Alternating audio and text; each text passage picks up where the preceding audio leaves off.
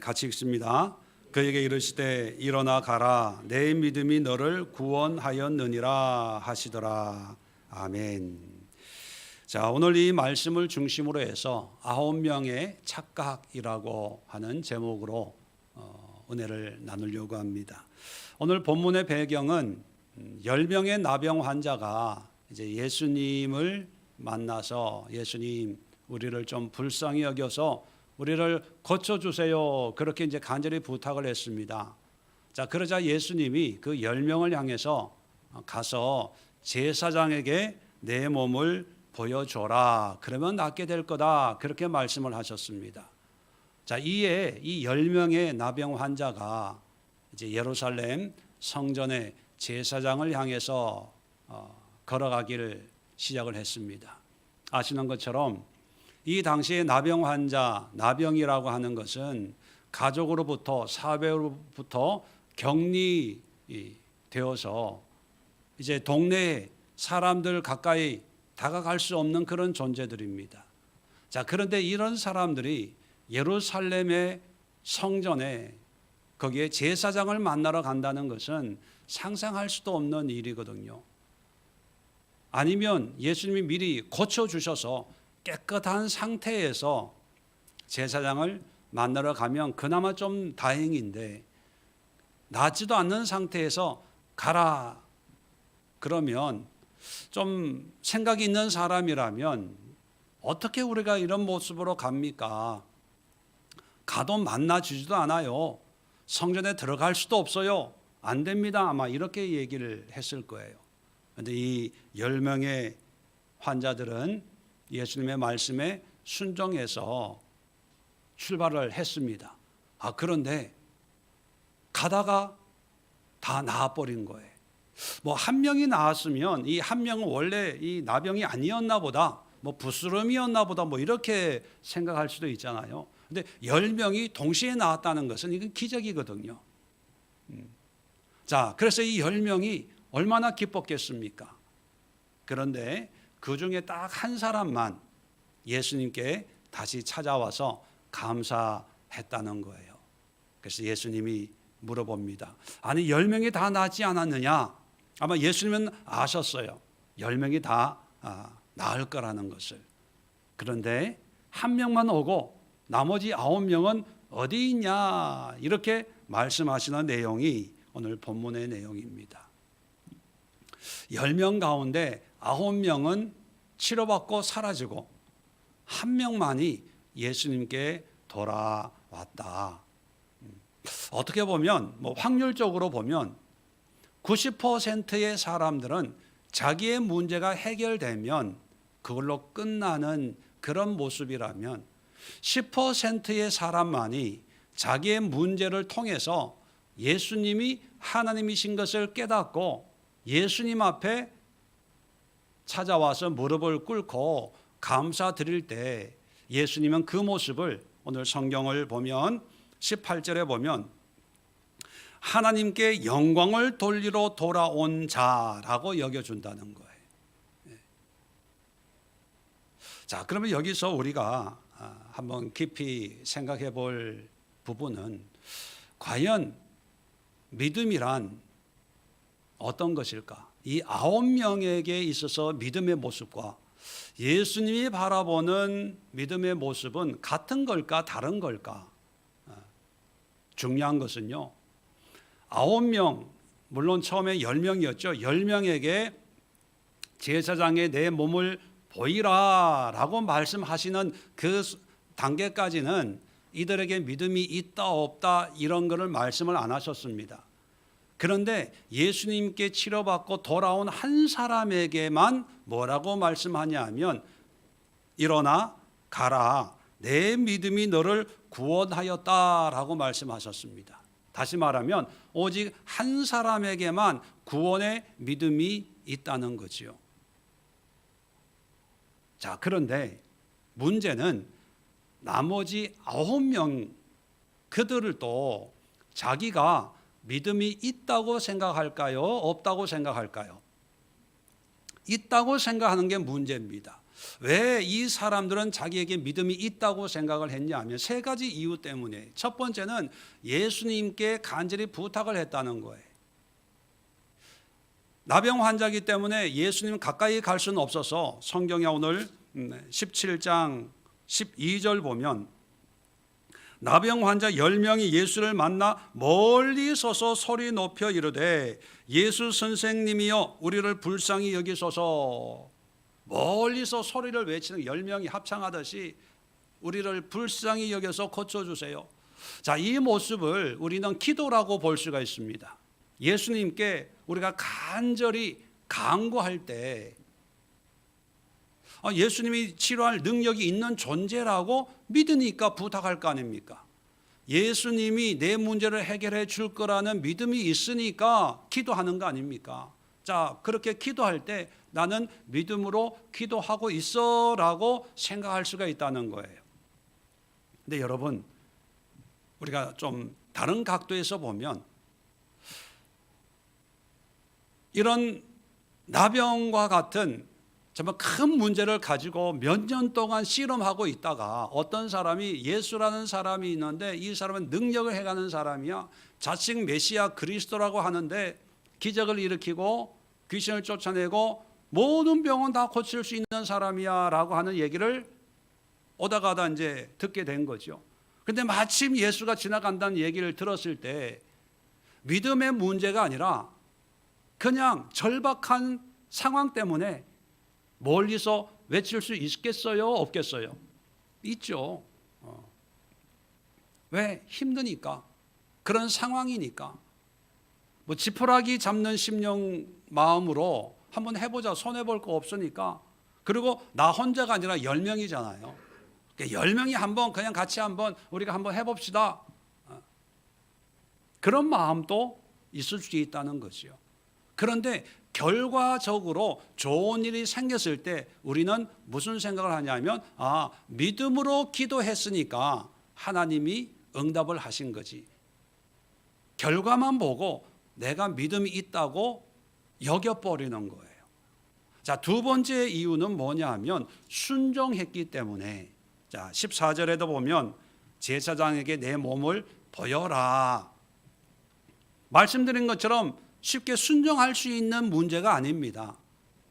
야, 보인다고 뭐 낫겠냐? 또 고쳐주고 가라고 하면 이해가 되는데 고쳐주지도 않고 어떻게 가? 누가복음 5장에 보면 또 다른 나병 환자를 치료하는 장면이 있습니다. 그때는 먼저 고쳐주시고 그리고 나서 제사장에게 내 몸을 보이고 모세가 정한 규례를 지켜라, 행해라 그렇게 보내주셨거든요. 그런 경우에는 충분히 이해가 됩니다. 왜냐하면 당시에는 이 제사장이 피부과 의사와 어떤 종교 지도자로서 나병 유부를 확인하는 그런 역할을 하고 또 나았다면 그 나았다는 진단을 내려서 사회로 가정으로 복귀할 수 있는 그런 허가를 할 수 있는 사람이거든요. 그래서 아무리 내가 나았다 그래도 소용이 없습니다. 예루살렘에 가서 제사장에게 보여주고 그리고 8일 동안 이 상처가 피부에 또 다른 이상이 있는지 없는지 확인을 하고 8일 뒤에 다시 검사를 하고 깨끗해지면 어떤 율법적인 행위를 피를 뭐 뿌리고 뭘 하고 해가지고 또 8일을 기다려서 적어도 16일을 살펴본 뒤에야 제사장이 완치 이렇게 판단을 할 때 가정으로 사회로 마을로 갈 수가 있었거든요. 자, 그러니까 먼저 고쳐놓고 가라면 예수님이 이제 사회 복귀하라고 이제 절차를 밟으라고 말씀하시나 보다 논리적으로 이해가 됩니다. 근데 이 상황은 그게 아니거든요. 가봐도 만나주지도 않고 예루살렘 성 문 발 한 발자국도 못 내디딜 거고 별의별 그런 생각 때문에 그거는 못합니다라고 할 수 있지만 그런데 이 10명은 순종을 했어요. 참 대단한 거죠. 그런데 놀랍게도 14절 끝부분에 보면 그들이 가다가 고침 받은 거예요. 그랬을 때 사람들은 뭐라고 생각할까요? 내가 순종해서 기적을 경험한 거야. 그렇게 생각을 하는 거예요. 네, 여러분, 물론 믿음으로 순종하는 경우도 있지만 한번 해보자라고 할 수도 있잖아요. 그죠? 또 혼자가 아니라 10명이니까 뭐 갈 데도 없고 오라는 데도 없고 하니까 한번 이참에 우리 10명이 몰려서 한번 가보자. 믿음이라기보다는 그래도 우리 10명이 마음을 합쳐서 죽어도 같이 죽고 살아도 같이 살고 한번 해보자 했을 수도 있다는 거예요. 자, 세 번째 믿음이라고 착각할 수 있는 게 뭐냐면 결과 때문입니다. 치료 받았다는 것. 결과가 좋으니까 다 믿음으로 연결을 할 수가 있습니다. 그런데 여러분, 오늘날 또 보면 어떤 기적적인 치료가 교회 안에만 일어나나요? 이단들이나 다른 종교에서는 기적 같은 현상들이 없을까요? 있을까요? 없을까요? 있어요. 이슬람에서도 있고요. 하다못해 저 아프리카 토속 미신들 있잖아요. 우리가 보기에는 막 무당 같은 뭐 이런 그런 건데, 그런 어떤 추장, 뭐 점쟁이, 무당 같은 이런 사람들을 통해서도 기적이 일어나요. 이적이 일어나요. 기독교에만 있고 다른 종교에는 없는 게 아니라는 거예요. 자, 그러면 결과만 좋다고 다 그게 믿음일까요? 여러분, 아니에요. 근데 사람들은 착각을 합니다. 내가 나아서, 그러니까 하나님이 내 기도를 들으시고 응답하셨나 봐. 그래서 자기가 믿음이 있다고 여깁니다. 그리고 결과가 좋으면 이제 사람들에게 전해요. 우리가 보통 간증이라 그러죠. 여러분, 내가 나병 환자였던 거 알잖아요. 분명히 나병이었어. 그래서 수년 동안 고생을 했는데 내가 예수를 만나가지고 간절히 부탁을 했더니만 이만저만 해서 예수님 말씀에 순종했더니만 하나님이 나를 고쳐주어서 지금 내가 이렇게 된 거예요. 하나님이 고쳐준 겁니다. 하나님이 하셨어요. 하나님이 하셨어요. 간증하러 다녀요. 아마 이 10명 중에 어떤 사람들은 아마 집회를 인도하면서 아마 전 세계를 다니면서 막 부흥사 같은 그런 일을 할 거예요. 왜? 분명한 결과가 있잖아요. 그리고 누구나 인정하는, 저 사람 내가 알아. 나병 환자였어. 그런데 하루아침에 고침받아서 야, 하나님 대단해. 그런데 여러분, 이 예수께 다시 돌아온 사람 외에 나머지 9명에 대해서는 예수님이 이런 방구도 안 하고 오히려 뭐라 그러냐면 그 9은 어디 있냐 물어봐요. 이거를 퍼센테이지로 보면 90%의 사람들은 자기가 경험한 것이 그것이 결론이라고 생각하고 그것이 믿음의 열매라고 생각하고 그 모양과 모습을 자랑하고 인정하고 시인하고 그리고 그러한 결과를 얻은 자기가 믿음으로 기도하고 믿음으로 순종하고 그 결과 이런 은혜를 받았다는 그런 마음을 가지고 있어요. 그렇죠? 그게 일반적인 우리의 신앙의 모양과 모습 아니겠습니까? 또 우리는 어쩌면 이런 90%의 사람들이 가지고 있는 일반적인 이런 은혜를 누리려고 기도하고 순종하려고 하고 또 이런 결과를 사모하고 있습니다. 이게 누가 봐도 믿음이고, 그래서 신앙생활 하는 거고, 그래서 믿음 생활하는 거고, 그래서 열심히 봉사하는 거고, 이게 신앙 아니야? 이게 믿음 아니야? 누구나 다 의심하지 않고 의문 가지지 않고 다 이렇게 생각한다는 거예요.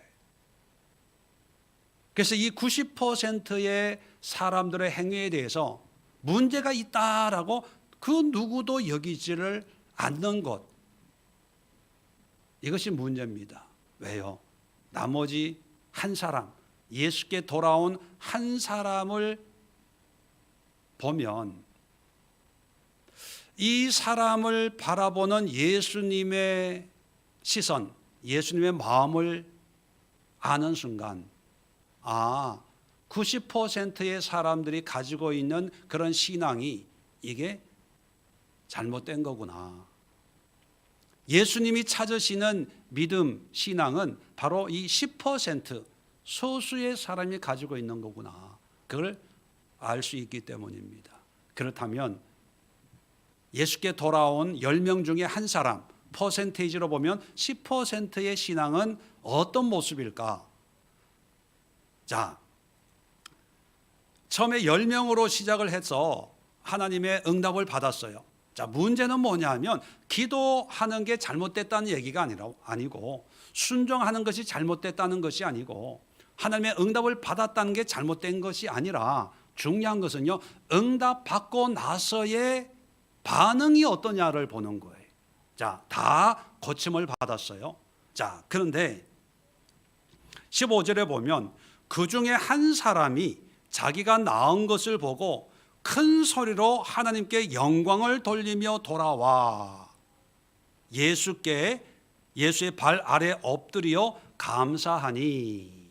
자, 여기서 중요한 것은요, 자, 우리식으로 생각하지 마시고 유대인, 예수님 당시의 유대인으로 생각하면, 자, 하나님이 고쳐 주었어요. 그래서 하나님께 감사하는 거예요. 자, 그러면 하나님께 감사한다고 할 때 어디로 가야 됩니까? 성전으로 가야 돼요? 예수님께로 와야 돼요? 예, 당시 사람들은 하나님께 감사하는 것은 성전에 가야 되는 거예요. 그래서 제물을 드리고 제사를 드리고, 그죠? 어떤 그런 결례를 행함으로 해서 하나님 감사합니다라는 그런 고백을 해야 되는 거예요. 아마 나머지 9명은 그랬는지도 몰라요. 이 나머지 9명은 제사장에게 보내서 확인을 받고 빨리 어떤 자기의 삶으로 돌아가려고 하는, 가족도 만나야 되고 직장도 가져야 되고 고향으로 빨리 가려면 제사장의 허락이 떨어져야 되니까, 그래서 빨리 발걸음을 재촉해서 예루살렘 성전에서 제사장을 만나러 갔는지도 몰라요. 그런데 이 사람은요, 참 신기하게 하나님께 영광을 돌리기 위해서 가는데 누구에게 가냐면 성전 제사장이 아니라 예수께로 가는 거예요. 왜 갔을까요? 이 사람은 예수가 하나님인 것을 깨달은 거예요. 가서 제사장에게 내 몸을 보이라. 말도 안 되는 이야기에 이들이 그냥 덮어놓고 순종을 했는데, 결과가 가는 도중에 제사장의 손 들고 뭐 이렇게 기도 한번 해줬으면 그 제사장이 뭐 대단한 사람이다라고 할 수 있잖아요. 그런데 가다가 고침받은 거예요. 그래서 이 사람은 깨달은 겁니다. 그 고침을 통해서 자기의 믿음을 깨달은 것이 아니라, 이런 말씀을 하신 그 예수가 보통 사람이 아니구나. 이런 능력을 행하는 걸 보면 그 예수가 하나님이구나. 이걸 깨달은 거예요. 여러분, 믿음이란 뭐냐 하면 내 삶에 어떤 응답을 받았냐가 아니라 내 삶에서 예수님을 발견하는 거예요. 그리고 그 예수님께 납작 엎드리고 감사하는 거예요. 보세요. 15절에도 보면 하나님께 영광을 돌리며 돌아와 예수의 발 아래 엎드려 감사하고 있어요. 감사하니라고 했던 기록하고 있는데, 자, 이 모습을 보시는 예수님의 말씀 18절입니다. 이 이방인 외에는 하나님께 영광을 돌리러 온 자가 없느냐. 자, 예수님 앞에 무릎을 꿇고 엎드리고 감사합니다 예수님 하고 있는 것을 이 한 사람의 나병 환자도 하나님께 영광을 돌리는 거라고 생각을 하고 있고요. 또 이런 모습을 보는 예수님도 야, 이 사마리아 사람 외에 하나님께 영광을 돌리러 온 사람이 없냐 이렇게 얘기하고 있어요. 다시 말하면 이 한 사람의 나병 환자의 생각이나 예수님의 생각이나 똑같다는 거예요. 다시 말하면 예수님이 보는 믿음의 관점과 이 사람이 가지고 있는 믿음이 똑같다는 거예요. 무슨 얘기냐 하면 문제가 해결되고 안 해결되고 그것도 중요하죠. 또 문제 해결을 받았어요. 그러면 빨리 내 삶으로 가서 일해서 돈 벌어야지, 회사 가서 월급으로 생활해야지, 애들 키워야지. 물론 자기의 삶이 있죠.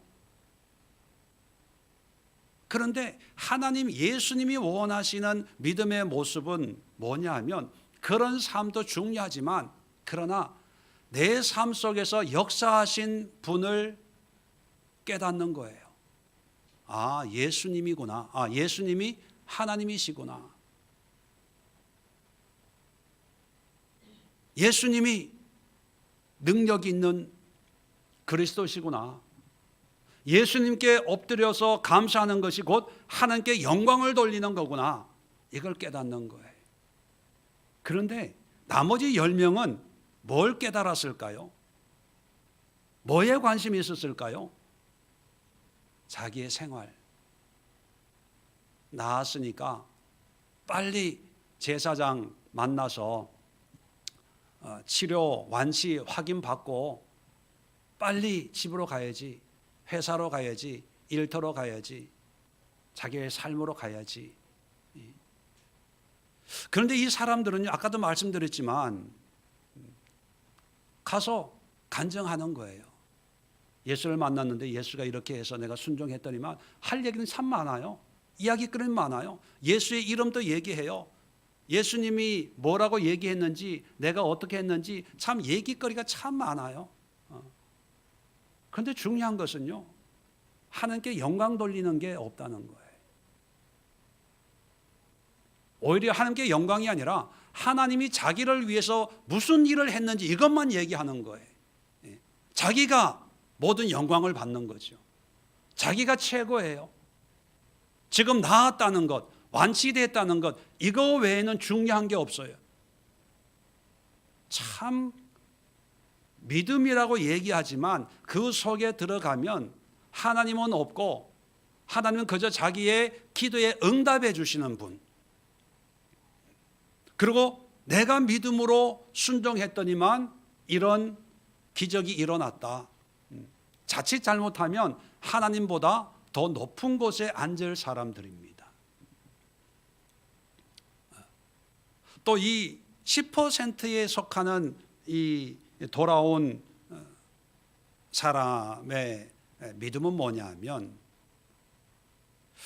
자, 이 나머지 9명은 제사장한테 갔을 거예요. 그런데 이 한 사람은 예수께 왔어요. 자, 이 차이가 엄청난 차이입니다. 자, 9명이 성전에 가서 제사장에게 갔다는 얘기는 뭐냐면 새로운 하나님이 주신 기회를 가진 거 아닙니까? 죽었다 살아난 거나 마찬가지잖아요. 근데 새로운 삶을 살아가는데 옛날로 다시 돌아가는 거예요. 율법적인 옛날의 종교 생활, 옛날의 율법적인 생활로 다시 돌아가는 거죠. 좀 다른 차원으로 표현하면 옛 삶으로 다시 돌아가는 거예요. 그래서 율법적으로 율례를 행하고 제사장의 허락을 받고 16일 동안 기다리고 있다가 이제 최종 도장이 찍히면 그걸 가지고 고향으로 돌아가서 봐, 나 완치돼서 그러니까 이제 직장을 구할 수도 있어, 일을 할 수 있어, 뭘 할 수 있어. 그러면서 그 동네에서 여전히 옛날 나병 환자가 되기 전의 삶을 그냥 이어서 사는 거예요. 그죠? 그러니까 예수님이 새로운 은혜를 주셨지만 그 은혜를 가지고 결국은 뭘 하냐면 옛날에 내가 살아왔던 삶을 이어서 더 열심히 하는 거예요. 더 열심히 하면서 말만 바뀌는 거예요. 뭐로 바뀝니까? 예수님이, 하나님이 나를 고쳐주셨어. 말은 바뀌지만 삶은 열심히 옛날 삶 이어서 사는 거예요. 그러다가 하나님께 감사하면 어디로 가겠어요? 성전에 가겠죠. 제사장에게 제물을 드리고 뭐 또 제사 지내고 뭐 하겠죠. 그리고 또 하나님이 나를 고쳐주어서 너무 감사해. 내가 이렇게 건강하게 일할 수 있는 게 다 하나님의 은혜야. 그러면서 또 열심히 또 자기의 삶을 이어갈 겁니다. 그런데요, 이 한 사람 10%에 속한 믿음의 사람은 뭐냐면 옛날로 돌아가는 게 아니라 새로운 삶을 시작하는 거예요. 그 새로운 삶의 시작의 시발점이 누구냐? 예수님이에요. 예수님. 예수님과 함께 하기 위해서. 왜? 예수님의 말씀에 순종했더니만 이 예수님이 나를 고쳐주는 걸 보고 내가 변화된 것이 대단한 것이 아니라 내가 하나님이신 예수님을 만났다는 것, 이분이 하나님이시라는 걸 깨닫게 된 게 너무 놀라운 거예요. 그래서 예수님을 위한 삶을 살기 위해서 그것이 하나님께 영광 돌리는 거라는 것을 깨닫는 거예요. 여러분, 많은 사람들이 믿음을 가지는 이유가 뭐냐 하면 내 문제 해결하기 위해서, 어려울 때 도움받기 위해서, 마음이 좀 힘들 때 좀 위로받기 위해서, 다 자기의 필요를 위해서 신앙생활을 해요. 사업을 할 때도 하나님이 도와주시고, 공부하는 학생들도 뭐 지혜도 주시고 총명도 주시고 성적도 올려주시고, 또 청년들에게는 뭐 기도하면 하나님이 좋은 직장도 주시고, 뭐 우리는 그것을 당연한 어떤 믿음의 모습이라고 생각을 해요. 그리고 그것이 이루어지면 감사하다고 생각을 해요. 그리고 헌금도 드립니다. 그리고 열심히 봉사를 해요. 근데 문제는 뭐냐 하면 변화가 일어나지 않아요.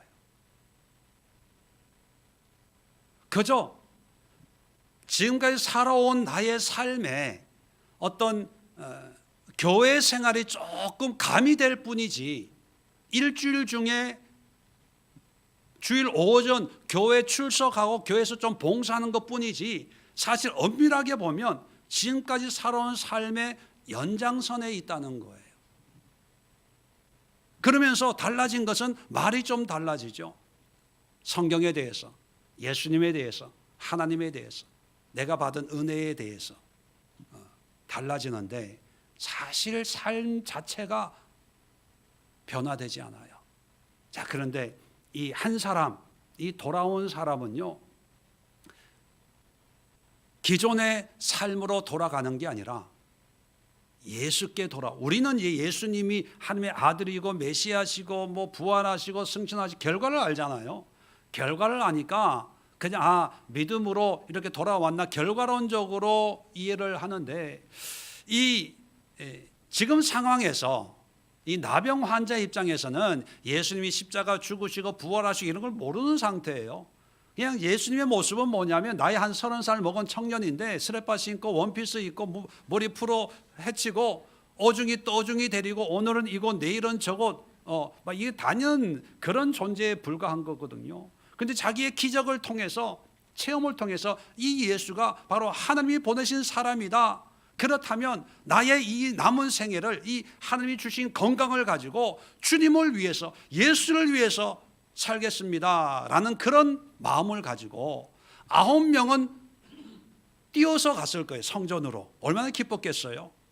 여러분 10명이 같이 죽어도 같이 죽고 살아도 같이 살자라고 한 사람이 이제 고침 받았어요. 근데 9명이 다 성전에 가겠대요. 그러면 한 사람은 보통 어떤 생각을 가집니까? 아 그래? 그럼 나도 갈까? 뭐 그럴 수 있잖아요. 군중심리라는 게 있지 않습니까? 자 그런데 9명은 다 대다수 90%는 그런 신앙생활을 한다는 거예요. 그것이 믿음이라고 생각한다는 거예요. 원래 뭐 까마귀 노는 곳에 백로야 가지 마라 그런 말이 있는 것처럼 원래 거짓이 있는 곳에 진짜는 거짓이 되는 경우가 많거든요. 그런데 이 한 사람은요 9명이 90%가 다 자기가 원하는 그런 삶을 선택을 해도 이 10%의 소수의 무리는 예수를 선택해요. 예수님께 무릎을 꿇어요. 자, 그랬을 때 예수님이 하신 말씀이 참 의미가 있습니다. 10명에게는 다 고쳐주었어요. 기적을 경험케 했어요. 그런데 오직 한 사람에게만 구원의 믿음을 허락하셨다는 거예요.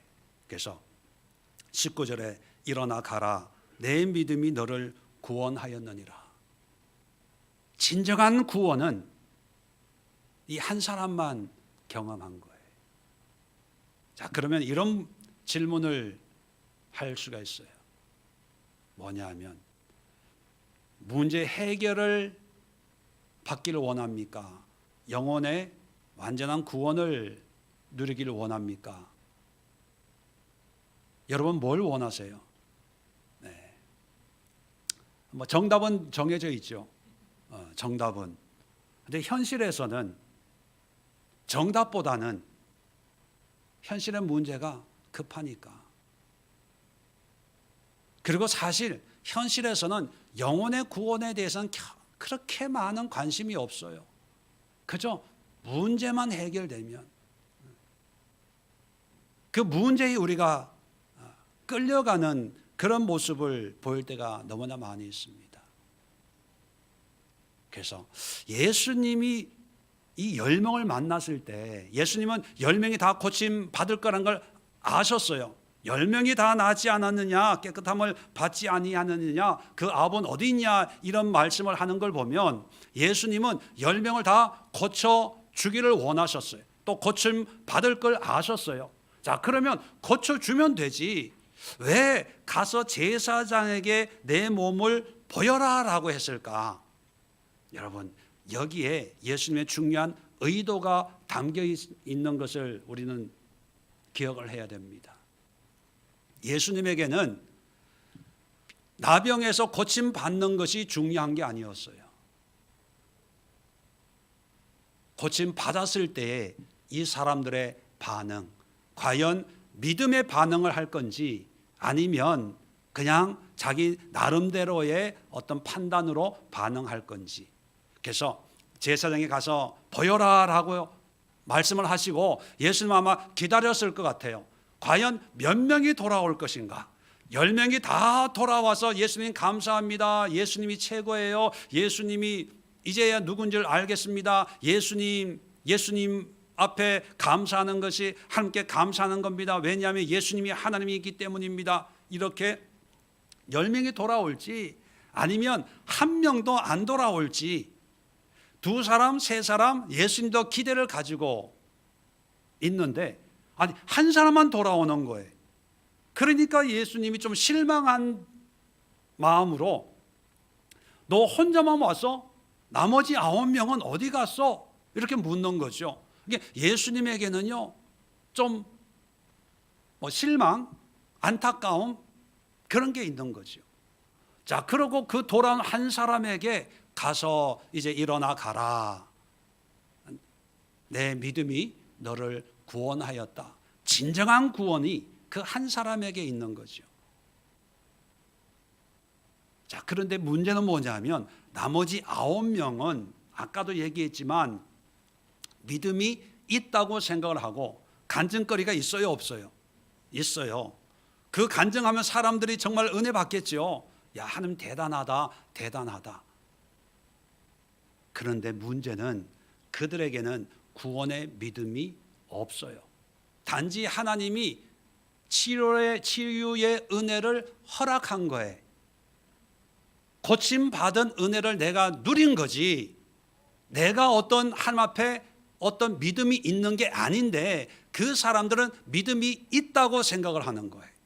자, 그러면 목사님, 10%의 사람의 믿음과 90%의 사람의 믿음에 어떤 차이가 있습니까?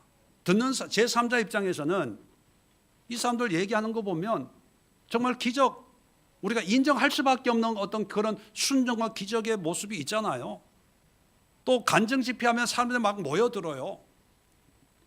은혜도 받아요, 도전도 받아요. 그러면 이게 진짜인지 가짜인지 어떻게 알아요?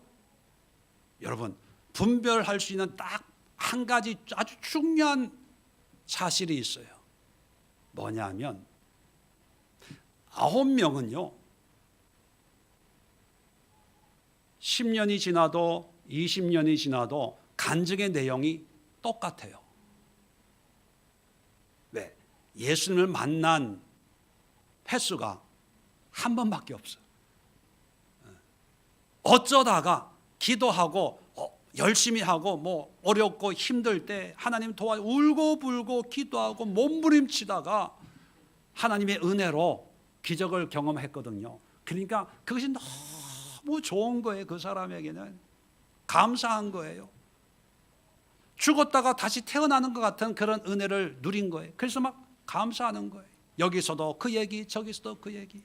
1년이 지나 5년이 지나 10년이 지나 20년이 지나 옛날에 내가 라떼처럼, 그죠? 라떼 말이야 뭐. 자, 그 내용은 참 은혜로워요. 그런데 중요한 것은 뭐냐 하면 그것은 하나님이 베푸신 은혜지 그 사람의 믿음은 아니라는 거예요. 그래서 많은 사람이 착각을 합니다. 내 믿음 때문에 이런 기적을 내려준 게 아니라, 물론 내 믿음으로 하나님의 기적을 경험할 수 있지만 때로는 많은 경우에는 내 믿음과 상관없이 하나님의 전적인 은혜로 우리에게 어떤 기적 같은 은혜를 더입힐 때가 있어요. 여러분, 가뭄이 들었을 때 하나님이 비를 주세요. 그 비를 줄 때 도시에 있는 사람들은 귀찮아요. 우산 써야 되고 장화 신어야 되고 차 타고 어디 가기에 귀찮게 오늘 소풍 가기로 했는데 왜 비가 와 뭐 이러는데, 농사 짓는 사람들에게는 기도의 응답일 수 있거든요. 비가 온다는 그 자체가, 그 자체만으로 믿음의 응답이고 이것이 하나님의 축복이고 그렇게 여겨서는 안 된다는 거예요. 누구에게나 동일하게 베푸는 하나님의 은혜예요. 근데 그 은혜를 통해서 하나님이 원하시는 것은 나의 믿음을 보기를 원하는 거지, 어떤 한 사건을 통해서 이게 하나님의 역사입니다, 이게 나의 믿음입니다, 이렇게 여겨서는 안 된다는 거예요.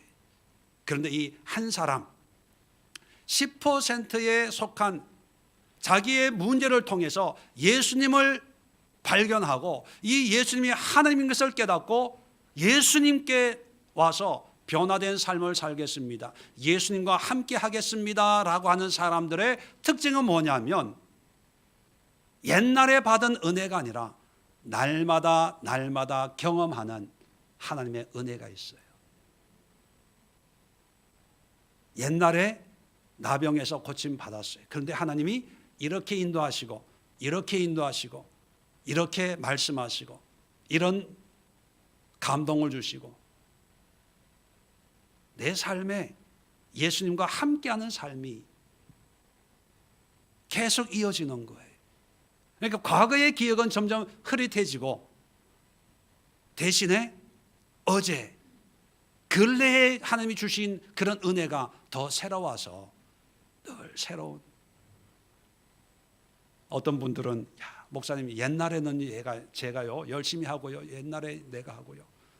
야, 그거 다 믿음하고 상관없는 거예요. 옛날에 한때 하나님이 은혜 베푸신 거예요. 그래서 예수님이 원하시는 신앙생활은 뭐냐 하면 나의 문제 해결로 끝나는 것이 아니라 나의 문제 해결을 통해서 하나님께 영광 돌리는 거예요. 하나님을 인정하고 시인하고 고백하는 거예요. 내 문제가 크든 작든 내 문제가 뭐 어떤 문제든 간에 그런 문제 속에서 내 문제 해결됐냐 안 됐냐를 보는 게 아니라 그 문제 속에서 하나님을 발견하고 예수님 앞에 무릎을 꿇고 예수님이 하셨습니다. 예수님의 은혜가 필요한 것입니다. 하여튼 그 모든 문제 속에서 하나님 예수님을 통해서 하나님께 영광 돌리고 감사하고 예배하고 하나님과의 관계를 회복하는 것이 바로 예수님이 원하는 그런 모습인데, 나머지 9명은 예수님과의 관계를 회복하는 것이 아니라 옛날에 자기 삶으로 다시 돌아가서 삶을 연장시키는 거예요. 예수님이 문제 해결해 줬는데 그걸로 더 열심히 옛날에 하던 일만 열심히 하면 예수님이 안타까워해요. 어떤 분이 저한테 상담을 했어요. 목사님, 기도하다가 오병이어 기적을 보면서 나도 어린아이처럼 이 오병이어 기적, 떡 5개와 물고기 2마리를 예수님께 드려서 많은 사람이 그걸 혜택을 누리는 그런 사업을 했으면 좋겠습니다. 그래서 기계를 팔면 2대 팔면 물고기 2마리처럼 그 이익의 얼마를 구제하고, 또 5대를 팔면 이건 떡 5개처럼 그 이익의 얼마를 선교하기를 원합니다. 그래요. 그래서 제가 꼭 그렇게 하십시오. 사업하지 말라는 거 아니에요. 일하지 말라는 거 아닌데, 이제 예수 그리스도 안에서 우리가 변화됐다면 우리의 모든 걸 통해서 하나님의 일을 하는데 헌신해야, 그래야 하나님 우리가 건강을 주시고 우리가 복을 주시고 은혜를 준 그 의미에 합당한 하나님께 영광 돌리는 삶으로 인정하고 있다는 거예요. 이게 믿음이라는 거예요. 또 예수님이 원하는 삶은 뭐냐면 옛날 과거로 돌아가는 것이 아니라 새로운 변화된 삶을 살라는 거예요. 제사장에게 가라라고 하는 것은 아마 예수님이 이들을 테스트하기 위한 그런 방법이었을 거예요. 익숙한 사회 관습, 지금까지 이런 속에서 살아왔잖아요. 한 번도 의심하지 않았어요. 그런데 이제 예수 그리스도가 하나님의 아들이신 것을 경험했다면 이제 제사장이 아니라 나를 통해서 하나님을 섬기는 그런 신앙생활을 해야 되지 않겠냐, 어떤 삶의 전환점을 요구하는 거거든요. 그런데 입으로는 하나님이 하셨습니다, 은혜 받았어요, 죽었다 살아났습니다 하는데 실상을 보면 옛날 삶으로 그대로 돌아가서 말만 달라지지 삶은 그대로라는 거예요. 자, 그러면서 옛날의 어떤 삶을 영위하면서 이제 지식이 더 많아질 뿐이지 변화는 안 된다는 거죠. 그런데 이 10%의 사람은 예수님께, 환경적으로 보면 제사장과 비교하면 아무것도 아닌 그런 예수의 모습 아닙니까? 거기에 납작 엎드려서 감사하는 거예요. 지난주에 정연이가 빼빼로데이 때 애들, 제가 그 얘기를 들으면서 얘가 뭐 초보라고 해야 되나? 초보 교사라고 이제 지나갔나? 하여튼 김포로 와가지고 1년 동안 애들 정말 열심히 했구나. 그 열심히 한 거에 대한 어떤 아이들이 알아줌을 기대하는 건 그건 당연한 거거든요. 그만큼 열심히 했으니까. 내가 그 얘기를 들으면서 한편으로 이런 생각을 했어요. 1년을 가르치는 애들한테도 저렇게 최선을 다하고 또 그런 어떤 인정을 사모하는데, 자, 하나님은 우리를 향해서 그죠? 하나님은 1년이 아니라 하나님은 우리를 몇 년째 지금 뭐 교실에 어떤 문제가 있는지 모르지만 하나님도 아마 머리가 아플 거예요. 우리의 모습을 보면. 그래도 인도하시고 하나님은 우리에게 얼마나 감사를 기뻐하실까. 이 환자 하나가 와도 예수께 엎드려서 감사했더니만 하나님께 영광 돌리러 돌아왔구나 이렇게 여겨주시는데, 우리의 신앙의 태도가 뭐냐 하면 내 믿음으로 말미암아 환경이 어떻게 바뀌는가를 살피기보다는 환경 속에서 나의 믿음이 얼마나 신실한가 이걸 살펴야 돼요. 사람들 환경이 해결했다고 이제 다 자기 살 길을 찾아 떠나잖아요. 그런데 이 사람은 환경이 변화돼도 예수님께 감사하는 거예요. 그것은 우선순위가 이제 결정이 됐다는 거죠. 자, 그랬을 때 예수님이 아주 멋있는 말씀을 합니다. 일어나 가라. 나하고 계속 머물지 말고 가라. 그런데 그냥 가는 게 아니라 내 믿음이 너를 구원하였다. 이 구원은요, 질병에서의 구원이 아니라 예수님이 이 사람의 마음을 보시고 그 영혼의 구원, 가장 근본적인 하나님과의 관계에서 어떤 하나님과 소통이 이루어지는 그런 상태의 믿음의 모습이라는 것을 인정해 주는 거예요. 자, 그래서 이런 믿음으로 살아. 그것이 나와 함께하는 삶이야. 그렇게 인정을 해 주는 거죠. 믿음이란 뭐냐 하면 하나님만 바라보기 위해서 다른 걸 아무것도 안 하고 세상 일 안 하고 교회에서 기도만 하고 뭐만 하고 뭐 이런 것이 아니라 하나님과의 관계를 회복하고 그 관계 속에서 우리가 주어진 삶의 일을 믿음으로 행하는 그것이 바로 믿음의 삶이고, 오늘 10% 하나님이 인정하시는 그런 믿음의 모습이라는 거예요. 이번 추수감사절 앞두고 몇 주 전에 저한테 전화가 한 분이 왔는데, 목사님, 우리 교회 안 다니는 분이에요.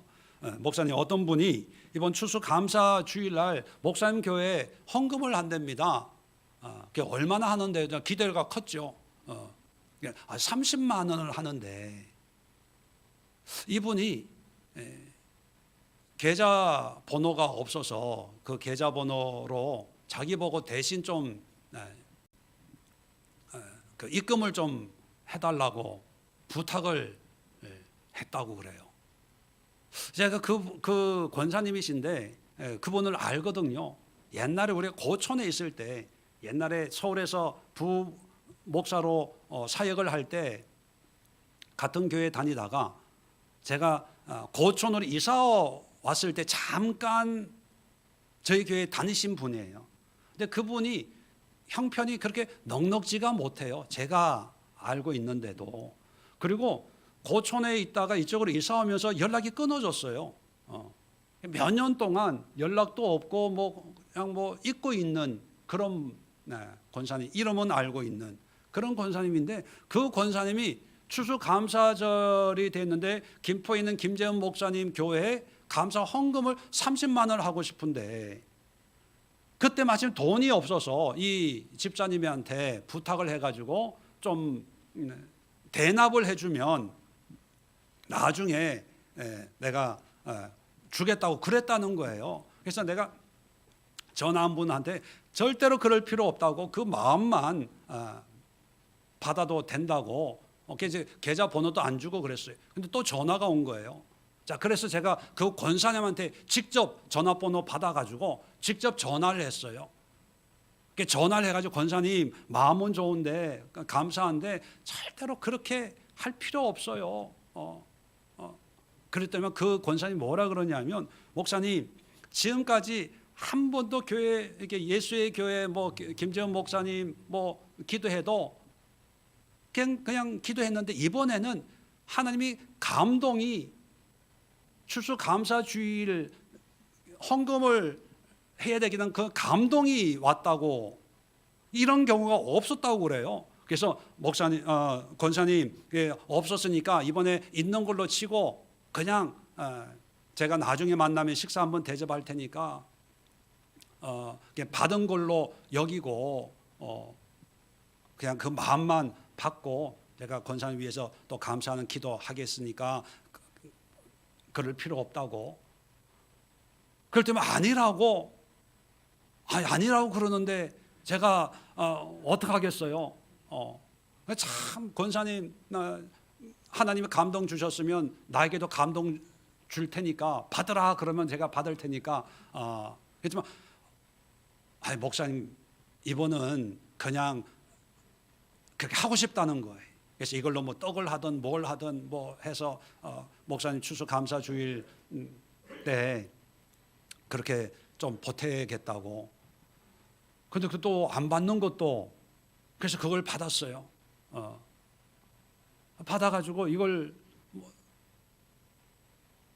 떡을 할까 했더니만 우리가 그동안에 또 행사가 많이 있어서 근데 이 30만 원 그분에게는 참 큰 거예요. 형편을 알지만. 그러면서 제가 참 많은 생각에 빠져 있었습니다. 그게 뭐냐면 하나님 앞에, 물론 여러분 오해하지 마세요. 뭐 빌려서라도 헌금해라 이런 얘기가 절대로 아니고요. 하나님의 어떤 감동에 순종할 수 있다는 그 자체, 액수가 크든 작든 뭐 돈이든 아니든 기도하는데 하나님 앞에 어떤 감동에 순종할 수 있다는 그 사실 그 자체가 참 귀한 거구나. 그래서 이번에 얼마나 기도하고 저뿐만 아니라 다른 분한테도 그랬겠죠. 다른 교회도 했겠죠. 늘 어렵고 힘들지만 하나님의 뜻에 순종하면서, 어려우면 다 나부터 먼저 생각하잖아요. 내가 없는데 뭘 드려? 11조 할 게 없는데 무슨 11조를 드려? 감사할 게 없는데 무슨 감사를 드려?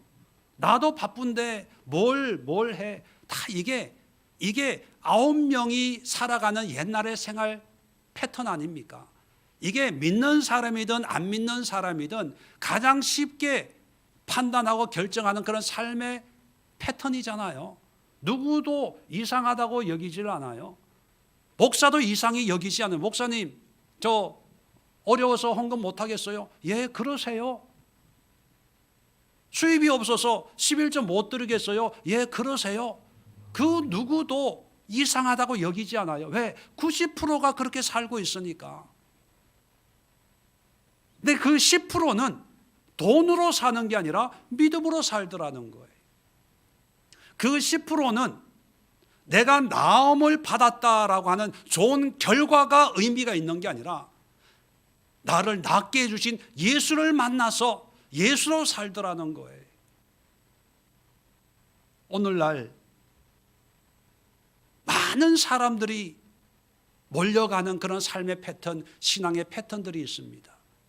그런데 많은 사람들이 가지고 있는 그 신앙으로 우리도 살면, 자칫 잘못하면 하나님 보시기에 합당한 믿음과 상관없이 우리들끼리의 믿음, 우리만의 어떤 신앙, 우리만의, 너도 그렇게 생각해, 나도 그렇게 생각해, 너희 교회도 그래, 우리 교회도 그래, 그러면 이것이 정상이네 라고 하는 그런 기준의 오류에 빠질 수 있다는 거예요. 근데 예수님이 보시는 그런 믿음은 다수가 가지고 있는 믿음과는 분명히 차이가 나요. 그래서 메이드 인 차이나인지는 모르지만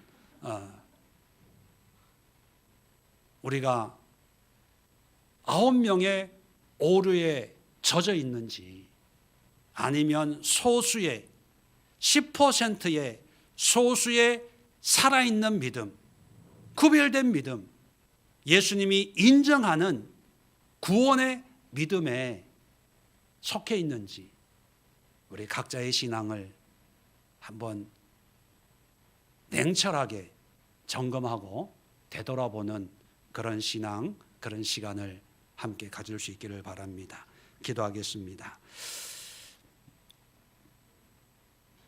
9명이 상징하는 것이 90%라면 한 명이 상징하는 것이 10%의 소수의 신앙의 모습이라고 여겨집니다. 대다수가 가지고 있는 착각이 10%가 가지고 있는 그 신앙의 진정한 의미를 집어삼키는 시대가 바로 우리가 살고 있는 이 시대입니다. 그래서 많은 사람들이 그렇게 하고 있다고 정상이 되고 바르다고 여겨지는 이때에 우리 예수의 모든 성도들이 깨어있고 살아있고 구별된 10%에 속하는 믿음으로 내 환경 상황에 연연하지 않고 내 삶 속에서 예수를 발견하고 예수를 통하여 함께 영광 돌리며 예수를 따르는 구별된 삶을 통하여서 하나님이 인정하시는 진정한 구원의 믿음으로 남은 생애를 살아내는 우리 예수의 모든 성도들만 되게 하여 주시옵소서. 이제는 우리 주 예수 그리스도의 은혜와 하나님 아버지의 크고 놀라운 사랑하심과 성령의 교통하심이 함께 예배하는 우리 믿음의 권속들 가정과 직장과 일터와 우리가 살아가고 있는 이 땅 위에 영원까지 함께하옵시기를 간절히 축원드리옵나이다. 아멘.